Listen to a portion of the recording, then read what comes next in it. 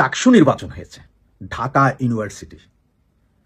সেখানে প্রার্থী দিয়েছেন আমাদের জননন্দিত নেতা খাম্বা তারেক ভাইয়ের পার্টি জামাতে ইসলাম বা শিবির নিজেদের নামে দেয় না, ওরা কি একটা কি পরিষদ করে না কি একটা করে দেয়, ওরা নাম দিছে ওদের আমাদের লুঙ্গির নিচে থাকা মানে ছাত্রলীগের লুঙ্গির নিচে থাকা সাদিক কাইয়ুম তারা। এরপরে তো আপনার ওই যে দাতাল্লা উমামা ফাতিমা আরো কয়েকটা ছিল। মূলত ডাকসু নির্বাচন হচ্ছে এটা আসলে আগে থেকে কিছুটা আঁচ করা গেছিল যে এটা আমাদের জামাত ভাইয়েরা নিয়ে যাবেই। তার কারণ হচ্ছে যে বিএনপির যেই অবস্থা তাতে জামাত নিয়ে যেতে পারে, আর ছাত্রলীগ তো ওখানে নাই। এখন কথা হচ্ছে যে যখন এই ইলেকশনটা হচ্ছে তখন সারাদিন প্রচুর cow cow Rao Rao go go গেছে, কিন্তু তখনও আমাদের তারেক ভাই বুঝে নাই যে ওনার সাউয়া মারা সারা মানে টিনের চালে কাউয়া, তারেক আমার সাউয়া। তারেকের সাউয়া তো নাই, এত সাউয়া নাই, এত পুরুষ মানুষ, এত সাউয়া নাই। তো এর পাছারে ভালো করে ধৈরা উইদাউট ব্যাসলির একেবারে মাইরা দিছে। এইটাই বুঝে নাই যে অবশ্যই এটা বুঝে লাভ নাই, কারণ বড় ভাই ছোট ভাই ওই যে ওরা তো একই মায়ের পেটের দুই ভাই, শিবির ভাই আর বিএনপি ভাই। এখন আমার কথা হচ্ছে যে তারেক ভাই আপনি কি শুনতে পাচ্ছেন? তারেক ভাই একটু শুনছেন যে আপনাকে যে সাউয়া মেরে দিল? আর জামাত সমর্থিত যারা আছে তাদেরও বলবো যে এখন আপনাদের শেখ হাসিনাকে একটু ধন্যবাদ জানানো দরকার। তার কারণ কি জানেন? এই শেখ হাসিনার অবদান আজকে আপনারা দিচ্ছেন, কারণ এই যে মাদ্রাসাগুলোরে ভর্তির অনুমোদন দিছিল শেখ হাসিনা, মাদ্রাসার সার্টিফিকেট সমমর্যাদায় সেখান থেকে আসছে। জামাত শালার তোমরা তো শালার জামাতে ইসলাম, তোমরা আর কি শুনবা? তোমরা তো আরেক বাইনচুত, তোমাদের কাছে তো কোনো কিছুই নেই, তোমরা পারলে তো মারাও তুই দাদো, তোমরা হচ্ছে সেই জাতীয় লোক। তো অনেক ভাই যারা আমার ভিডিও ম্যাক্সিমাম সময় শুনেন, নিয়মিত ফলো করেন, তারা জানেন যে কিছু কথা তো আগে বলি যেটা পরে হয়। আপনাদেরকে এর আগেও বলেছিলাম যে গত 2 মাস আগে সম্ভবত জামাত যেদিন আপনার সরওয়ার্দী উদ্যানে মিটিং করেছিল সেদিন বলেছিলাম যে জামাত ঢাকা ইউনিভার্সিটি দখল করবে নীরবে অথবা অস্ত্র ব্যবহার করে। এরপর অনেকে আমরা বলছিলেন কই ভাই এখনো দখল হলো না, এখনো দখল হলো না, এখনো দখল দখল তো হয়েছে। এবার বুঝছেন, এখন বুঝতে পেরেছেন ভাইয়ারা যে কিভাবে দখল হয়ে গেছে এই যে জামাত। সুতরাং তারেক জিয়া আপনার এখনো যদি বুঝার বাকি থাকে তাহলে আপনার জন্য একটু বলি যে দেখেন বাংলাদেশে 2টা দল থাকবে, এক হচ্ছে যে মুক্তিযোদ্ধার পক্ষে আর এক হচ্ছে যে মুক্তিযোদ্ধার বিপক্ষে। তো মুক্তিযোদ্ধার পক্ষে দল যেটা নেতৃত্ব দেবে আওয়ামী লীগ, আর মুক্তিযোদ্ধার বিপক্ষে চরম ডান এটার নেতৃত্ব দেবে জামাতে ইসলাম শিবির। আপনাদের ডাইলও নাই আলুও নাই। সামনে আরো 3টে ইউনিভার্সিটি ইলেকশন আছে, 3টাতেই আপনারা চরম ধরা খাবেন, কারণ সুইং ভোট আপনাদের পক্ষে যাবে না। যেই হারে চান্দাবাজি ধান্দাবাজি শুরু করছেন তাতে আপনাদের ভোট আরো কমবে। এরপর হয়তো কিছু কিছু ইউনিভার্সিটিতে হয়তো আপনাদের প্রার্থীর পাত্তাও পাওয়া যাবে না, কারণ আপনাদের কাছে মূলা ঝুলাই দিছে ফেব্রুয়ারির মূলা, সেই মূলায় থাকেন না। কালকে যখন ইলেকশন হচ্ছিল, ইলেকশনে যখন গ্যাঞ্জাম চলছে, তখন আবার 3 প্রধান উপদেষ্টা মন্ডলী সহ জামাত বিএনপি একসাথে প্রচুর দেন দরবার করছে। এটা কিন্তু বিভিন্ন পত্রিকা আছে, আপনারা দেখেন। ঢাকা ইউনিভার্সিটির একটা ইলেকশন নিয়ে কেন আপনার 3জন উপদেষ্টা বা জামাত বিএনপি আসতে হবে? কারণ হচ্ছে বিএনপির খুব দাবি ছিল যে আমাদের দিতে হবে, কি আমাদের হয় ভিপি নাই, জিএস দিতে হবে, হ্যান দিতে হবে, ত্যান দিতে হবে। জামাত কিন্তু মানে নাই। জামাত কয় জানা শেষ পর্যন্ত মনে হয় 5 কোটি না 7 কোটি টাকার মনে হয় দিছে, মানে আপনার নিয়ারলি আপনার 1050 পাউন্ড নাকি এখানে রাতের বেলায় সাপ্লাই দিয়ে দিয়েছে তারেক ভাইকে। এরপর তারেক ভাই বিএনপির বলছে সবাই চুপ, কোনো কথা হবে না, আমাদের সাউয়া মারা সারা, কোনো সমস্যা নাই, আমি আসবো বলছিলাম এই মাসে, তবে এখন যেই মারা খাইছি তাতে আগামী ঈদের পরে আসবো। তার মানে উনি এই মাসে আসবেন না। দেখুন এই অবস্থা যখন চলতেছে সেদিকে আরেকটা জিনিস দেখেন, গত 3 দিন আগে আরেকটা কথা বলছিলাম যে আওয়ামী লীগ রিঅ্যাক্টিভ করছে তাদের নেতাদের। অনেকে আমরা বলছেন কই ভাই চিটং শহরে এখনো মিছিল হয় না, আজকে আপনার কি মিছিলটা দেখেছেন? যদি দেখে না থাকেন আমার কথার পরে সেই মিছিলের ছবিও দিব, আর আমার কথা শেষ হওয়ার পরে আপনার সেই বিএনপি তারেক জিয়া শুনছো নাকি সাদেক কাইয়ুম পাকিস্তানি না ঢাবির বিসি, এই বিপি, সরি আমি বিসি বলে বলেন, বিসি অবশ্য জামাতের, সেটা সবই বিসি। সুতরাং কোনো দুঃখ নাই, আমরা হচ্ছে যে গ্যালারিতে বসে বসে দেখতে থাকেন, খেলার সামনে আরো আছে পিকচার আবিবি বাকি হ্যায়। এবং দীর্ঘদিন গুপ্ত রাজনীতি করে তারা গত 1 বছর যাবত ঢাকা বিশ্ববিদ্যালয়ে তাদের অস্তিত্ব জানান দিয়েছে এবং আজকে নির্বাচনের ফলাফলে চূড়ান্তভাবে বিজয় অর্জন করেছে। আপনি ডাকসু নির্বাচনের ফলাফল যদি বিশ্লেষণ করেন দেখবেন যে ম্যাক্সিমাম পদে শিবির জয়ী হয়েছে এবং এই জয়টাকে যদি বলেন ভূমিধস জয় তাহলে তাই। ডাকসুতে সম্পাদক পদ আছে মোট 12টির মধ্যে 9টি পদে শিবির জয়লাভ করেছে এবং প্রত্যেকটা পদে বিপুল ভোটে জয়লাভ করেছে। আপনি যদি ভিপি পদে চিন্তা করেন, ভিপি পদে নির্বাচিত হয়েছেন সাদিক কায়েম, তিনি ভোট পেয়েছেন 14,042 ভোট।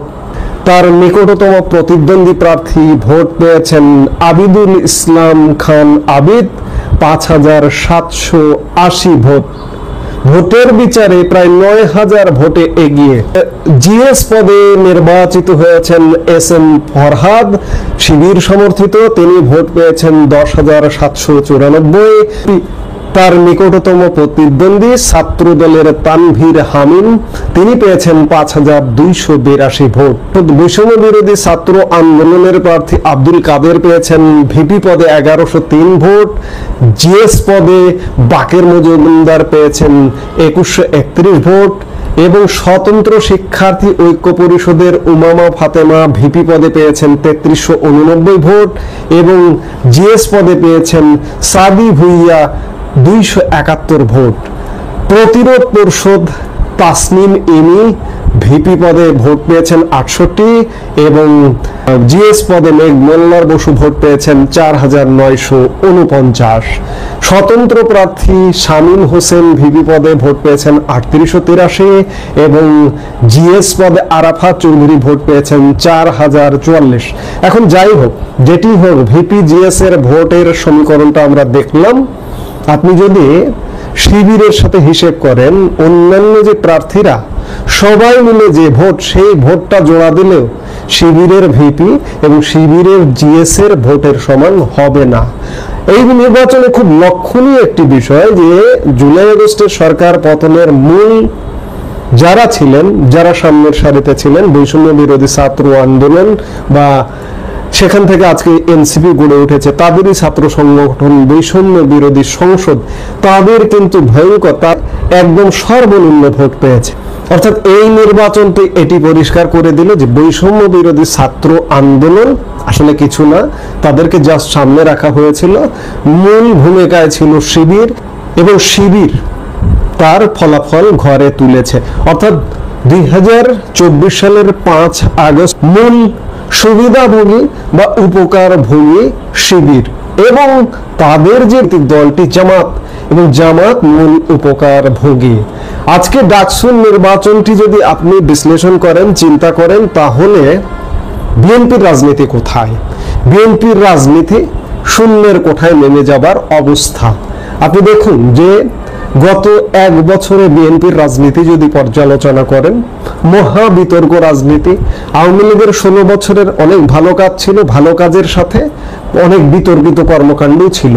সেই বিতর্কিত কর্মকাণ্ড ভালোটা নয়, সেই বিতর্কিতর ধারাবাহিকতা আজকে গত 1 বছর যাবৎ আবির্ভূত হয়েছে বিএনপি।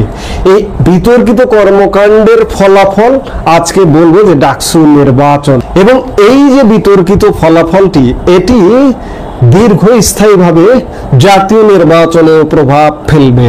আমি শুরুতেই আলাপটা করেছিলাম যে বিএনপি আউট, আগামীর রাজনীতি বাংলাদেশে জামাত শিবির এবং আওয়ামী লীগের মধ্যে হবে। তবে কথা থাকে আওয়ামী লীগের মধ্যে হতে পারে। আওয়ামী লীগ যদি 16 বছরের কৃতকর্মের ভুল ভ্রান্তি ত্যাগ করে শুদ্ধভাবে আসে, তাহলেই জামাত শিবিরের সাথে প্রতিদ্বন্দ্বিতাপূর্ণ রাজনীতি হবে, নইলে আওয়ামী লীগও ছুটে পড়ে যাবে। আজকের ডাকসু নির্বাচনের ফলাফল কিন্তু এটিই বলছে, কারণ অতীতের মানধাত্তার আমলের রাজনীতি দিয়ে অন্ততপক্ষে আগামীর বাংলাদেশ যেভাবে তৈরি হচ্ছে, এটিতে টিকে থাকা কঠিন। কারণ আপনারা খেয়াল করেছেন যে গত 1 বছরের বিএনপির রাজনীতি যদি আপনি খেয়াল করেন, তাহলে অতীতের মানধাত্তার আমলের একে মারো, ওকে দখল করো, ওকে ফাটাও, ওকে ধরো, এই রাজনীতিতে বিএনপি এখন পর্যন্ত বিশ্বাস করে, যার ফলাফল ডাকসুতে হয়েছে। অন্যদিকে আপনি দেখুন যে গত 1 বছরের শিবিরের রাজনীতি বা জামাতের রাজনীতি যদি দেখেন, জামাত দখল করেছে, একথা অস্বীকার করবার কোনো উপায় নেই। আমরা বিভিন্ন আলাপ আলোচনায় আমরা বলি, বিভিন্ন জন বলে, জামাত কিন্তু যে জায়গাটা দখল করা দরকার সেই জায়গা দখল করেছে। ইন্টেলেকচুয়াল জায়গা, সরকারের উপর প্রভাব বিস্তার, সরকারের মূল কেন্দ্র সচিবালয় থেকে শুরু করে শিক্ষা প্রতিষ্ঠান থেকে শুরু করে বিভিন্ন জায়গা, তারই ধারাবাহিকতায় নির্বাচিত প্রতিনিধির মাধ্যমে ঢাকা বিশ্ববিদ্যালয় ছাত্র সংসদ দখল করলো। এটাই কি তাহলে বাংলাদেশের বর্তমান চিত্র? যদি বলেন এটাই বর্তমান চিত্র, তাহলেও ভুল হবে না। আবার যদি বলেন যে ব্যাপক কারচুপি হয়েছে, কারচুপির মাধ্যমে এটি হয়েছে, সেটিও কতটা ধপে টিকবে সে ব্যাপারেও যথেষ্ট সন্দেহ আছে। আপনি চিন্তা করুন যে ডাকসু নির্বাচনে মূল রাজনৈতিক দল হচ্ছে ছাত্রদল এবং ইসলামী ছাত্র শিবির, অন্যান্য যেগুলো আছে সেগুলো ছোটখাটো। এখন এই দুটো পার্থক্যের মধ্যে ছাত্রদলকে কেন ভোট দেবে? কেউ কি 5টা কারণ বলতে পারবেন যে ছাত্রদলকে এই কারণে ভোট দিতে হবে? গত 1 বছরে কোনো ইতিবাচক কর্মকাণ্ড আছে যে যার কারণে ভোট দিতে হবে ছাত্রদলকে? কিন্তু ছাত্র শিবিরকে কেন ভোট দিতে হবে? গত 1 বছরে ছাত্র শিবির সহিংস কর্মকাণ্ড, মানুষের অন্ততপক্ষে জনমনের ছাত্র শিবিরের ব্যাপারে কোনো অভিযোগ, খুব গুরুতর অভিযোগ, কোনো দখলদারিত্ব বা নোংরামি, যে অভিযোগগুলো সামাজিক বিশৃঙ্খলা সৃষ্টি করে এমন কোনো অভিযোগ সম্ভবত সামনে আসেনি। আরেকটি জিনিস, ছাত্র শিবির আগাগোড়ায় একটা সুগঠিত পন্থায় গড়ে উঠেছে।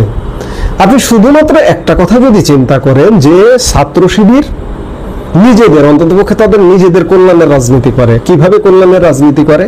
একটা অসচ্ছল শিক্ষার্থী, তার পড়ালেখার খরচটাও ছাত্র শিবির চালায়। নিজ দলের অসচ্ছল শিক্ষার্থীর পড়ালেখার খরচটা ছাত্র শিবির চালায়। আবার পড়াশোনা শেষ করে আপনার কর্মসংস্থান দরকার, সেই কর্মসংস্থানের নিশ্চয়তাটাও দেয় ছাত্র শিবির। কিন্তু আপনি ছাত্রদলে যান, ছাত্রদলের কোনো কর্মীর পড়াশোনার খরচ চালায় ছাত্রদল, কিংবা বিএনপি খরচ চালায়, এমনটা কি শুনেছেন? শোনেননি।